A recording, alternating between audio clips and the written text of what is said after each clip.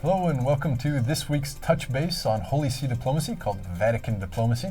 I'm Alan Holdren, your host, here in Ido Etienne's Vatican Bureau with Andrea Gagliarducci, our specialist in all things related to Vatican diplomacy. Welcome again, Andrea. Thank you, it's nice to be here. So this week we're speaking about the Pope's upcoming trip to Japan and Thailand. He actually leaves this evening and he'll be in Thailand first and then on to Japan. It's from the 20th to the 26th that he'll be on the ground in those two places. What are the highlights according to this Pope schedule, according to you, Andrea? Oh, well, there are two main highlights, obviously. The first highlight is with Thailand. Thailand has two main issues. The first issue is that it's the 350th anniversary of the establishment of the mission in Siam. At that time, the Kingdom of Thailand was called the Kingdom Siam. And so the Pope is going there for this reason, and also to reinforce the Catholics over there. The Catholics there are less than 1%. It's a huge minority into a Buddhist country. And so he will have meetings, interreligious meetings, so he will boost up the interreligious dialogue over there. For what concerns Japan, the main issue will be the nuclear issue. The Pope will make an appeal to stop the nuclear armament, and he will make an appeal against the nuclear weapons over there. So that will be the focus of this trip that will touch Hiroshima and Nagasaki. So Pope Francis is going there. It's his 32nd, I believe, international voyage yes. of this 6-7 year pontificate.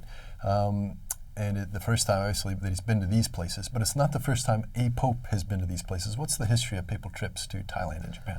Well, if you look back to papal trips, John Paul II have been mostly everywhere. He had 27 years of pontificate. So he was in Thailand and he was in Japan. There were two very important trips, especially the trip to Japan. Even in Japan, John Paul II was able to speak about nuclear disarmament, which is always a main topic over there. And for what concerns Thailand, there was already this issue of interreligious dialogue. It was different. I mean, Thailand communities developed a lot during during the last years. But in fact, John Paul II touched both of the countries before. You mentioned nuclear disarmament. Pope Francis has spoken out against nuclear weapons, appealing for disarmament worldwide repeatedly in his pontificate. He will go to both Hiroshima and Nagasaki, where the atomic bombs were dropped during World War II.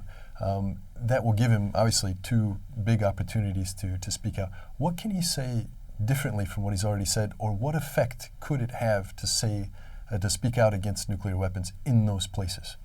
Well, it has a symbolic effect, and I would say that Japanese people really wanted the Pope to go there and to speak out against atomic bombs.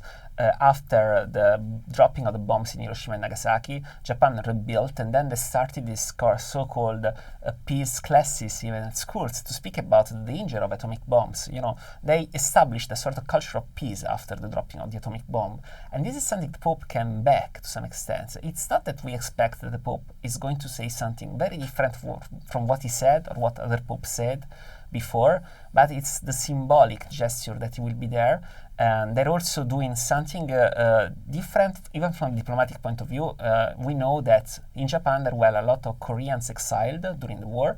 Most of them died with atomic bombs, and there are some of the survivors still alive, some of the successors of the survivors, and they're going to gather the survivors, and they will be present at least at one of the meetings.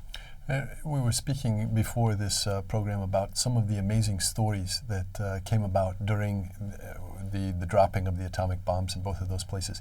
Can you share a little bit about how the local Catholic communities have some stories of potential miracles of how they survived these atomic bombs? Well, there are two main miracles, two main stories over there. One is in Hiroshima. There was a convent of Jesuits that was very close to the place of detonation of the atomic bomb. The convent of Jesuits, they worshipped very much Our Lady of Fatima, and they had a statue of Our Lady of Fatima, and they always prayed Our Lady of Fatima. And then when the atomic bomb was dropped, well, the convent was left almost intact, and none of the Jesuits were not even injured from the bomb. So they were able even to give a testimony about the damage of the bomb. They were out of the convent, they were out to help the population, and this has been a story that was very much told after the war. In Nagasaki, the story is even nicer. Well, Nagasaki is the place where Catholics in Japan gathered during the so-called times of silence that was also described by a recent movie by Martin Scorsese. The silence was the moment when the Catholics had to stay in silence. There were no priests. They had to tell their religion, their faith, generation from generation, but without priests. And so they mostly gathered in Nagasaki. It was the most Catholic city in Japan. And it was there that Father Maximilian Kolbe, now a saint that died in Auschwitz, he wanted to have his convent, his monastery, dedicated to Mary. And it was in a place that was not suggested for him to build a monastery because the place was not good, according to many people. But in fact, that place protected the monastery. So even the friars in that convent were saved after the bomb. Incredible. Thanks so much, Andrea.